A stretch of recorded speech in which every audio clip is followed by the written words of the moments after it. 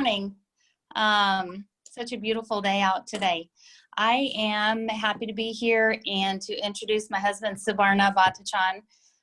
He has been here in the States since he started college at Bethel College in North Newton. Settled in Lawrence, opened several restaurants. We now have Zero downtown. And he his major at Bethel was American history, Western history. Okay. He did some grad school at Washington University in DC. Did some master's work there in East Asian religion. So that could be another talk you could come back and give to us. So we're here this morning to talk about the 12-year festival in Mustang. And so Subarna's family comes from the village of Tukuche. It's a very small village. And they have in that region what's called a 12-year festival.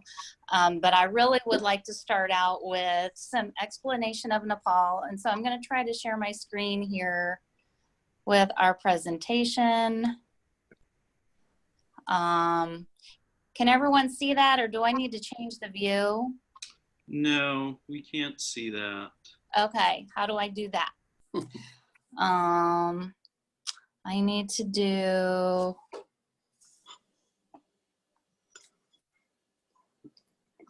is it under the view tab? I'm not sure what slides.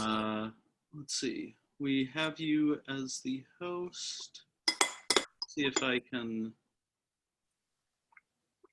The share screen share computer. Share screen at the bottom. It's a green tab. Okay. Thanks for And your then there'll patience. be a prompt that shows which screen you want to share.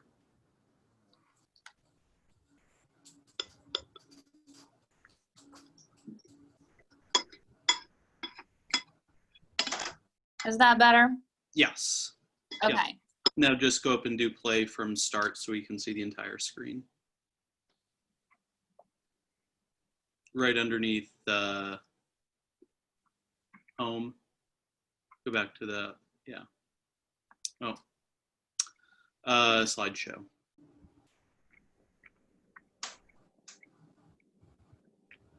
Play from start. Okay. There we go. Excellent. Okay, great. So here's a few pictures of Nepal. The one in the middle is one of my favorites. It is the famous pagoda architecture that actually originated in Nepal and was carried to China. Most people don't know that, I think. The architects, I think, were Nawari people, really well-known wood carvers. And that is in Kathmandu. There are 3 king's palaces in different villages. Different cities. Okay. So some facts about Nepal. It's about the size of Arkansas. I hate to just read from slides. You all can probably read that, but population of 31 million, neighbored by China in the north, India in the south, Bhutan, and Sikkim. Yeah, mostly Nepal is a landlocked country. It's surrounded on 3 sides by India. On the east, it could be Sikkim, but it's part of India. Northern part would be China or Tibet. The geography of Nepal is mostly, it's 3 distinct geographical regions. And the southern part by the Indian border is flat like Kansas. It's called the plains or Tarai. And hot. And in the middle is the hills. So our hills would be kind of similar to maybe 8,000 to 12,000 feet. And then the northern part bordering Tibet, where the Himalayas or the mountains. So that, and Mount Everest, as you know, is in Nepal. That can go up to 28,000 feet. In regards to where exactly is Mustang, is if you look at the map of Nepal, it'll be if on the lower left, if you see, you will see a little. It's jutting into the in the central part of the map. On the northern, there's a white space that has a little.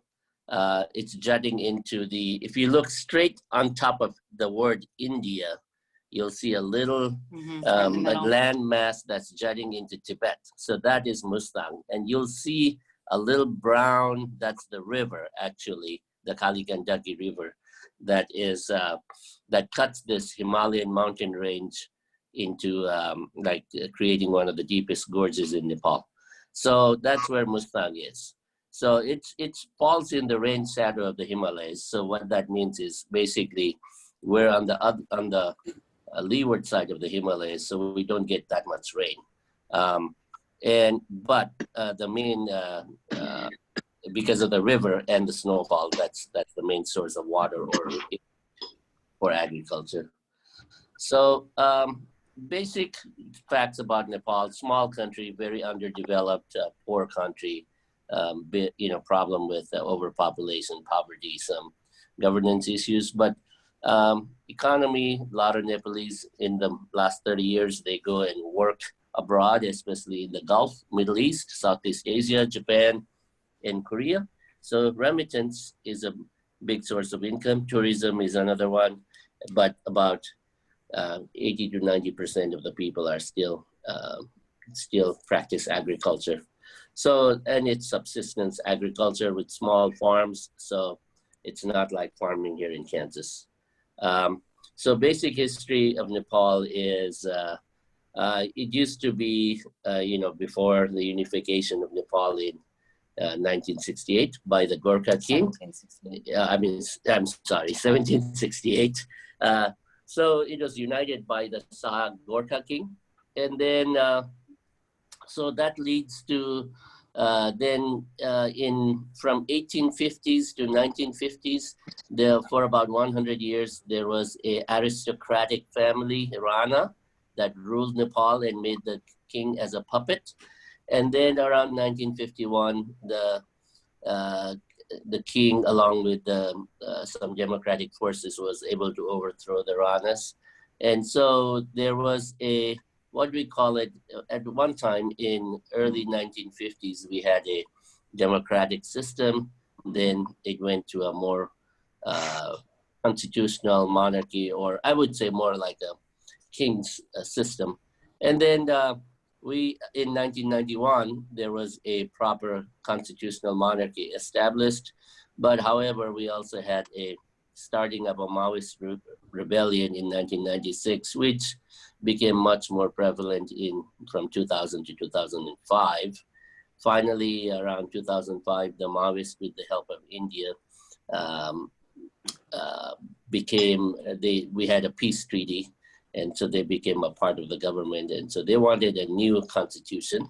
So in regards to Mustang, what happens is Mustang itself was a part of a Tibetan. If you look at Mustang, since it's in the geographically, it is Nepal and politically, but religiously, culturally, linguistically, and even ethnically, it's much more closer to Tibet, especially the northern part of Mustang. You can divide Mustang into the upper Mustang and the lower Mustang. And so the history of how Mustang came into being a part of Nepalese rule was around 1786. The kingdom of Mustang became a part of they lost their battles with the Gorkha kingdom, and it became a part of Nepal. And then in addition, the kingdom of Mustang helped the Gorkha kingdom from Kathmandu conquer this principality in western part of Nepal called Jumla. So anyway, so that's a little history. So until about 2007 or 2008, there was a local king of Mustang, and he was, he was given that title because he had helped the Nepalese kings in his family had helped the Nepalese kings from late 1700s to defeat some other kings in Western Nepal, so that he held that title until monarchy was abolished in 2008. So in 2015, we established a new constitution, which is very liberal compared to even some of the Western, Europe or the US. So to go back to Mustang again, very small district, but it has a small population, only about 13,500. But it has 3,500 something square meters. Traditionally, Mustang also fell in the trans-Himalayan trade route. So it's always been a trade route between India and Nepal, as well as. Can you hear me? Something happened. No, we can still hear you. Oh, okay. So basically, what happened is, Mustang has been this historical trade route because of this river that runs through this valley. The Kali Gandaki River actually was able to create a like a route for people for trade to take place. So the salt trade was very important because the northern part or the hilly areas of Nepal did not have access to salt. So the salt would come from Tibet, and then from Nepal, the grains, paper, Nepalese paper would go to Tibet. So that was, and spices, things like Subarna, that. it looks like the PowerPoint screen has gone away. Okay. We can still see your face, or Amanda's face, and a little bit of your face. Yeah, something happened. Yeah. Okay. But anyway, so I'll keep on talking. So I know we have the Mustang is, and it was a restricted area until about 1992. The reason being, after the Dalai Lama escaped escaped Tibet, there was a Kampa guerrilla camp in the northern part of Mustang. So, and because of that, it was very sensitive area. And so the Nepalese army in the 1970s finally neutralized the Kampa guerrillas. And then finally in 1992, opened that area for tourism, but it had to be a controlled tourism, means nobody could just go, they had to go in a group and they had to spend a X amount of money. They took all their foods and all their equipment, and they had to bring it back. So because this particular area in Mustang, it's very environmentally fragile, because there's not, if you look, I don't know if you can see the pictures, but it's very arid and it has no trees. Did the pictures come back up? I don't think they did. Let me see if you. I've been fiddling around. I don't. So did the Zoom account on the laptop log out? Yeah, I think that's what happened. So anyway, so the topography of Mustang ranges from, like, it can go high up to 27,000 feet, up to average in altitude. The villages in the valley can be 9,000 feet up to 12,000 feet. It just depends. So since the 1970s, Mustang has had tourism has been its main source of income, along with agriculture. And so there's a trekking route in that area that a lot of tourists would go. So comparatively speaking, Mustang has been successful because they had tourism to supplement the income. So recently, they've also done a lot of apple farming. So they have organic apples. So that's a big plus for the local community to raise their income. Did you get the slides back? I don't think so. Let me see. So, and then, so within this area is the people that my community they live in the lower part of the Mustang area, Tukuche, and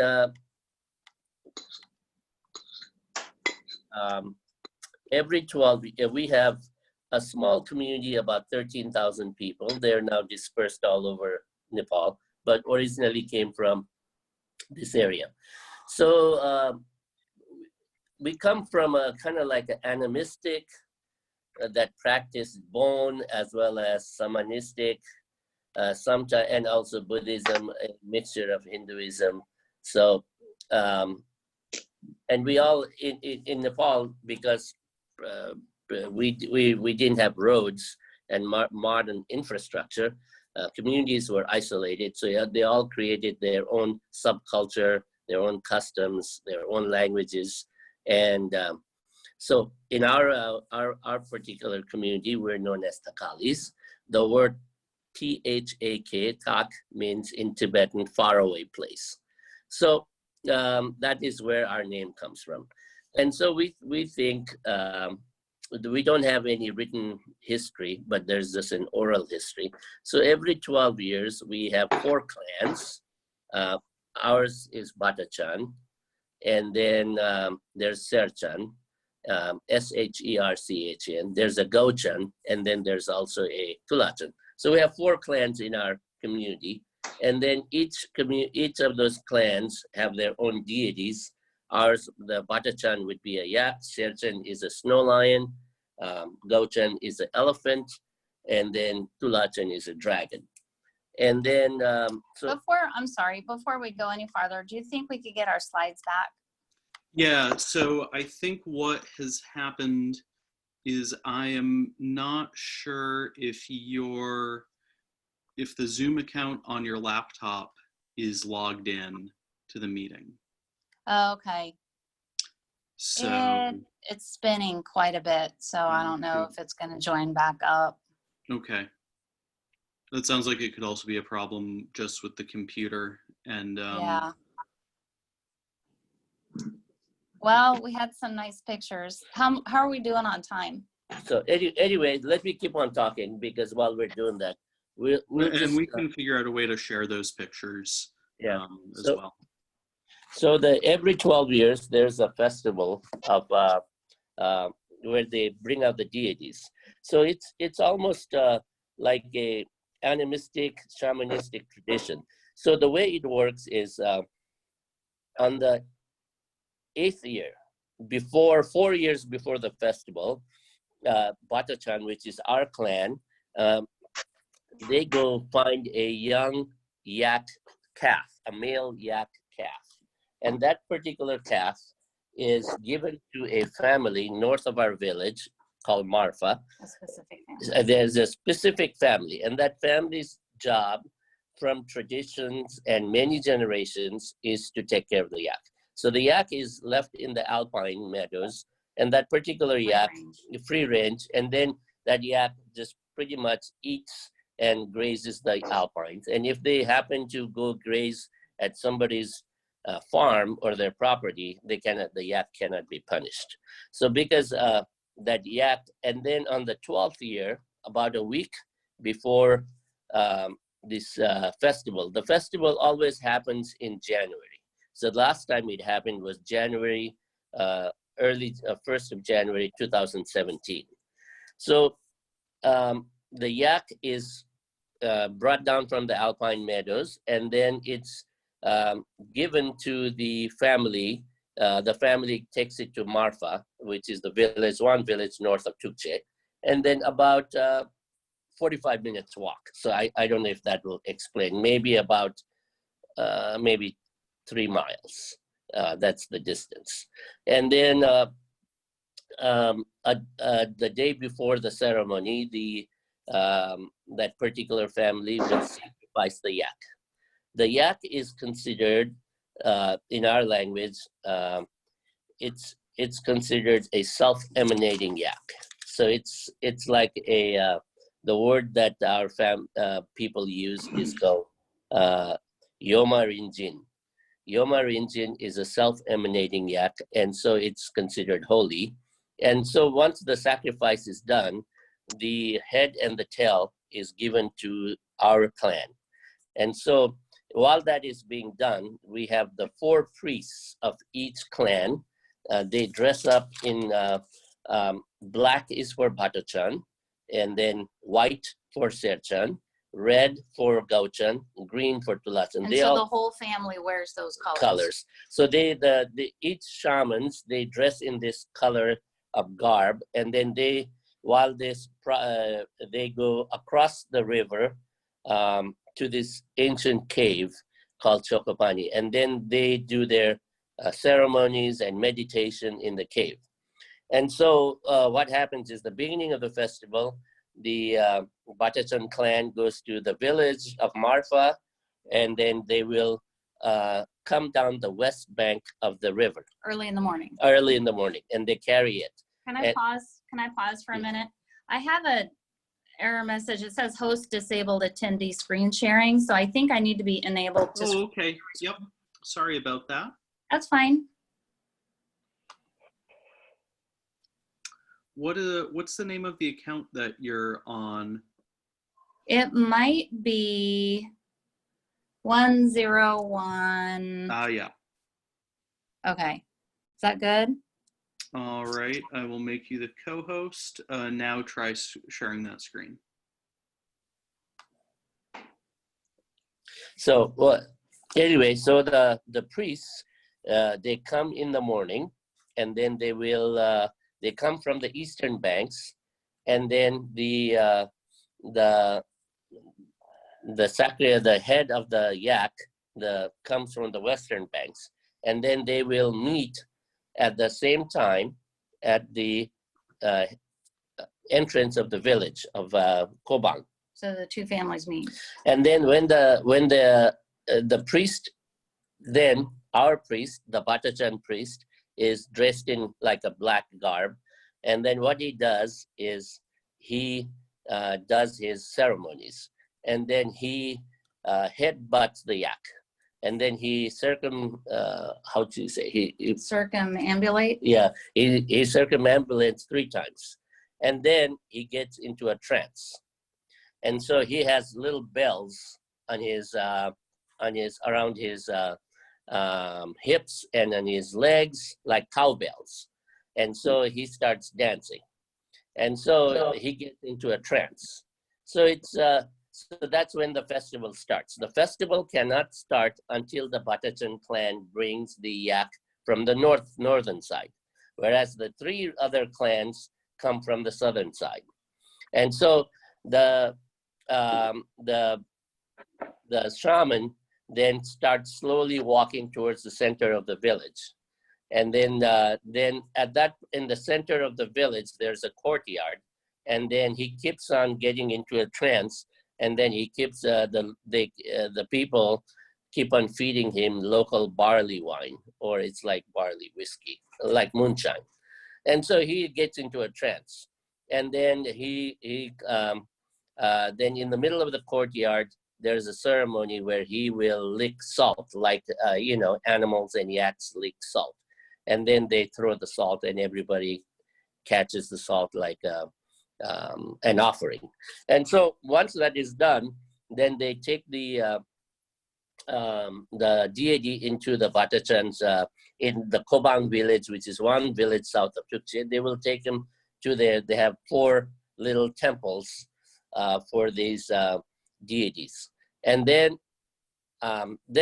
in about 2 days, all the deities are taken to northern part of Kobang. Kobang is the village that is directly under Dhaulagiri mountain, which is like the highest mountain in that area. And then there's a little cave where the deities are given a bath. And so there's a couple of things that that happens, which is kind of when we were there, my mom had always told me that it always snows during the 12-year festival. And I said, no way, being educated in the West, I said, that's all, And it was very dry. There yeah. was actually a lack of snow Yeah. at that time. And so, I said, no, that's all fairy tales. But then that particular day, believe it or not, as the shaman was meeting the yak deity, it started to snow. It was a clear day, but it started to snow, and it snowed very heavy. And it got cloudy. It Yeah. snowed all day long. Yeah. And so that, I think that helped the younger people realize maybe there might be some truth or, some kind of, influence. So anyway, so that's one thing that happened. And then they will go in the cave, and in the cave there's a small, like a pond, and that pond is usually empty. And then as the deities are rested, the pond fills up. So there's some magic that happens there, which I have no explanations, but this is what I'm told. So anyway, after the deities are bathed, then they are they're decorated, and then they kind of like are put on a palanquin, and they're brought down to the village of Kobang. And Kobang has the widest areas in the Kaligandaki Valley. So they're paraded, and so about 10 days they're paraded, and that's how the festival starts. So each clan parades their own deities, and they try to lift it as high as they can. And you will see, I don't know if you saw in the pictures, the ladies dress up in a very traditional way. That's a very traditional garb of how we dress. So this one, the festival goes on for another 10 days. So, and there's a lot of eating, drinking, merrymaking, all the clans getting together. So that's basically, it keeps the community, together. I think it reunites them with their ancient belief systems. And it also mostly continues the tradition to the younger generation. So that is the 12-year festival. It's in our language, they call them La Feba, but it happens every 12 years. Any questions?